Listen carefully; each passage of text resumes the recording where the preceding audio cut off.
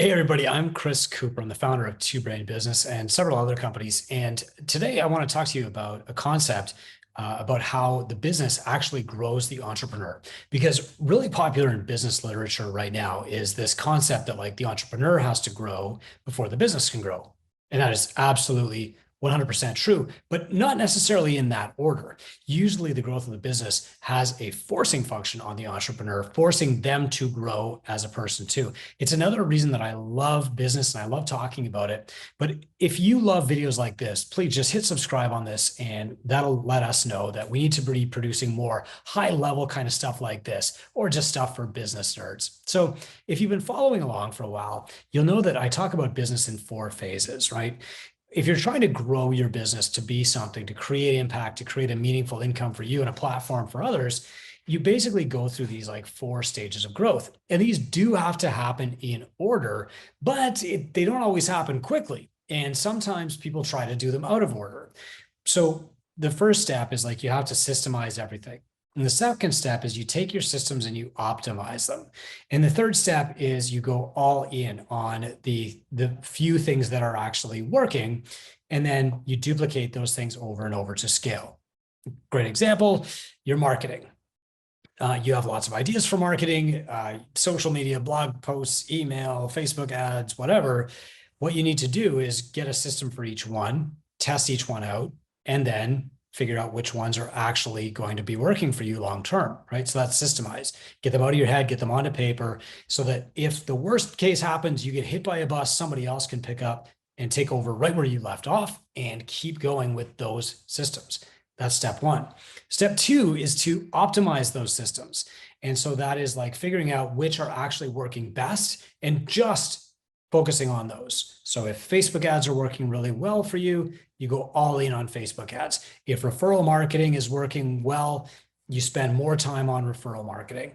And that's really what optimization means. It also means like auditing things like your expenses. It means auditing your staff by doing staff evaluations. It means auditing your location and your equipment, making sure that you have everything and everything's working together to create a whole that's greater than the sum of its parts.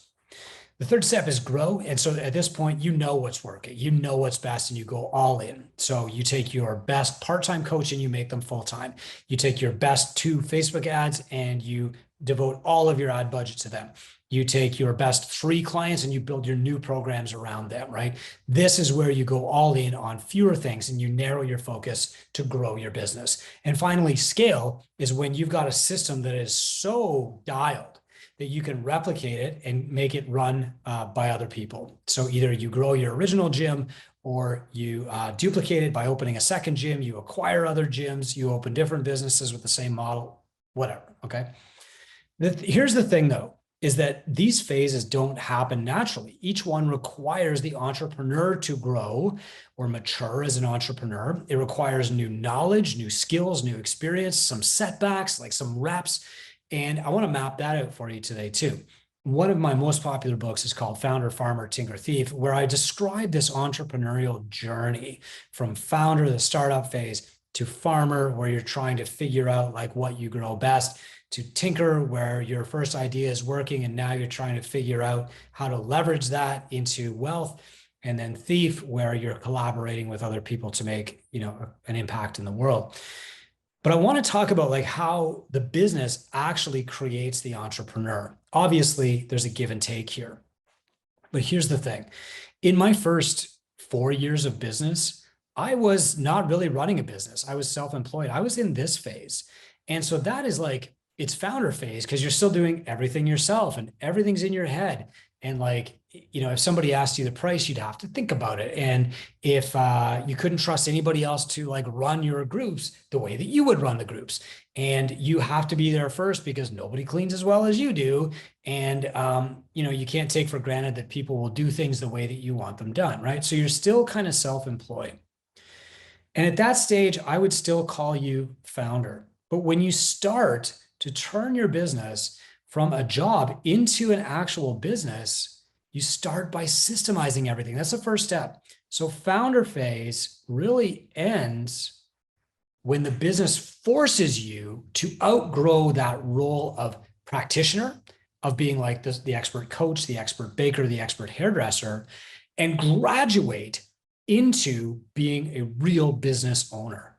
That's when you become a farmer. And what really makes you transform into that higher level, more mature entrepreneur is this process of systemization.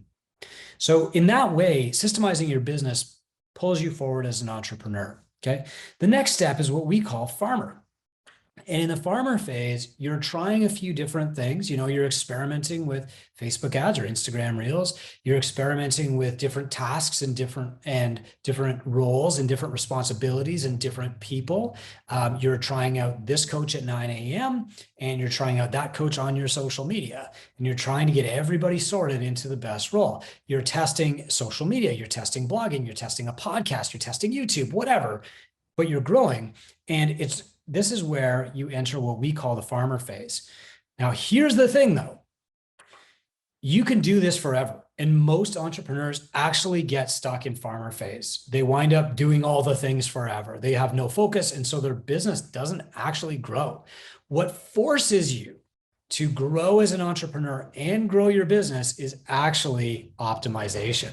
And so by having you audit everything that's working, drawing out your marketing funnels, auditing your expenses once a year, going through a walkthrough of your facility with your staff and saying, that's broken, that has to be fixed, doing role play on your sales call, auditing everything you do so that you can optimize it. That is what forces you to become a better entrepreneur, because now it's not just the experience of showing up every day. It's the experience of getting better every day, and getting better requires testing. It requires an audit. It requires self-evaluation, okay? You know this from fitness too. So this process of optimization actually pulls the farmer forward into what we would call tinker phase. But without that, you just get stuck forever. And so, for example, there are many business owners who've been around for 10 years and they say like, oh yeah, I'm a very experienced business owner. I've been around for 10 years.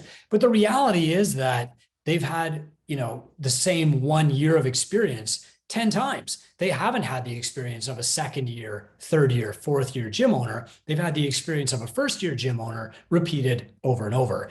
And if they don't go through this process of optimization, they'll never actually do well in growing their business, because they'll always be trying to do too many things or everything instead of what actually works. So this optimization phase matures you. Trust me, it leaves its scars, it tattoos numbers. Learning how to give a P&L will bruise you up, but that's what forces you or gets you ready to grow. Now, in this stage of growth, this is where you've optimized. So there are lots of people who try to grow without optimizing first. And that means that they're putting $5 in Facebook ads every day. They're doing like 3 goal reviews a month where they ask for referrals. They're doing lead nurture between 8 and 9 a.m. Like they're kind of doing everything. They're not doing very well at anything. They're not looking at like their set rate, show rate, close rate, and optimizing those. They're not doing any kind of role playing with their staff. They're not evaluating. And so they might get 5 more clients this month and then lose 5 the next month. And so instead of consistent, predictable growth, which is what we're trying to create, they get this kind of like cyclical growth and shrinkage, up and down and back and forth forever, like they're hitting a ceiling. And I hear this a lot. If you want predictable, sustainable, consistent growth, you have to go through this process of optimization. Then, as you narrow down the options, you can devote more time, focus, energy, and money into the ones that work. And that is what matures you from a farmer to a tinker. Now, it's a forcing function, because now that here's what works. If I put $1 into Facebook ads, I know how to get $4 out, because I have optimized my funnel, my landing page with a good call to action, my lead nurture process, and my no sweat intro. I've optimized those. I can predictably increase my cash flow into Facebook ads. Or another one would be like getting referrals. I've optimized my referral process. 1 in every 3 goal reviews that I run results in a referral. I can afford to dedicate more of my time, focus, energy, or resources into doing more goal reviews and have a predictable result. Now I can ramp that up.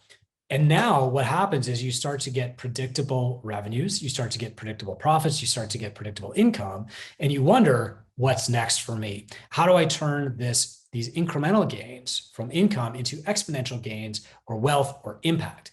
And that will force you to take another step in entrepreneurial growth that we call tinker. Tinker is a big leap because up till now, when you're just growing your business and you can follow other people's templates, you can follow their footprints. We have templates that you can follow, do exactly like this. Here's a script. We can role play exactly what you should do. When you get into Tinker, there's a lot more options. And so what you have to do is develop entrepreneurial confidence. You have to develop the ability to say no to things. So for example, you get presented with 3 great ideas: buy that gym, start a new gym, or buy an Airbnb. Which one do you say no to? That's a skill that you have to develop and tinker. And that's not a skill that you'll have developed until you have to. And so once again, the success of the business pulls you as an entrepreneur forward to grow as a person. The reason I'm making this video is there are so many books and podcasts out there that just say, if you become a better leader, you'll have a better business. Or if you just spend time on a retreat, meditating and become a better, kinder person, you will grow your business. Or if you just read this book, gain this knowledge, you will have a better business. That's not actually what happens. Like, none of us do these hard things until we're forced to, until we bump into that glass ceiling and we can't grow anymore. And we look around and say, what have I got to do? Every time I grew a business, it's because I grew as a leader, but I didn't grow as a leader ahead of when I needed to. Every time I grew as a leader, it's because the business forced me to grow if I wanted to level up. That meant at different stages, first hiring an assistant. When I was trying to get Two Brain from about 250 a year to $1 million, I needed somebody to deliver on the ops, right? The mentors and I were busy mentoring. And then when Two Brain went from like $1 million to 2 million, we had to develop processes. We had to systemize everything. We worked on call templates, and we took the best things that our clients were doing and we put them together and gave those to the other clients. And then as we grew bigger and bigger and we got over 500 gyms, what I knew from my own gym wasn't enough anymore. Like the N=1 sample survey. What we had to do was start tracking what are the best gyms in the world doing. And so we had to build apps. We had to build tracking software. We had to build a way to filter this stuff and highlight the people who were winning. We had to build leaderboards. We had to build the state of the industry guide, like surveys. We had to partner with other people. All of these steps cost money and time and resources and forced me to level up in my relationships. And so I did. And now that Two Brain is, working with well over 800 gyms in every continent on the planet, multiple countries. There are over 50 mentors on the team right now. I have to ask myself again, like, how do we scale? And that is forcing me to level up as a leader. And so, of course, what's the common denominator here? It's that you need mentors at each stage. The mentor is the bridge between what the business needs to do and who you need to be as a leader. The mentor is your friend, but they're also your objective counterpart who's saying, like, you need to do this. They are the person who is leaving tracks for you to follow, who's done it themselves. They're the empathetic hand outstretched to say, come with me, we can do this. That's why we're a one-on-one mentorship company instead of like a group coaching company. I want you to have that person who's going to help you get through these tough battles, these tough periods of growth, getting through like entrepreneurial puberty right here. Man, that's friggin' hard, but it's way easier if you got an older brother or an older sister who can help you through it. Pick the right clothes, call the right friends, hang out, go to the right parties, right? That's what I want for you. For me, in each case, without a mentor, I struggled. I beat my head against the wall. I got lots of scars, probably still here, because nobody was telling me, here's what you need to do, or here's who you need to be to get this business to the next level. You can pull the business most often, though, the business pulls you. I hope you're growing. I hope this video helped. Good luck.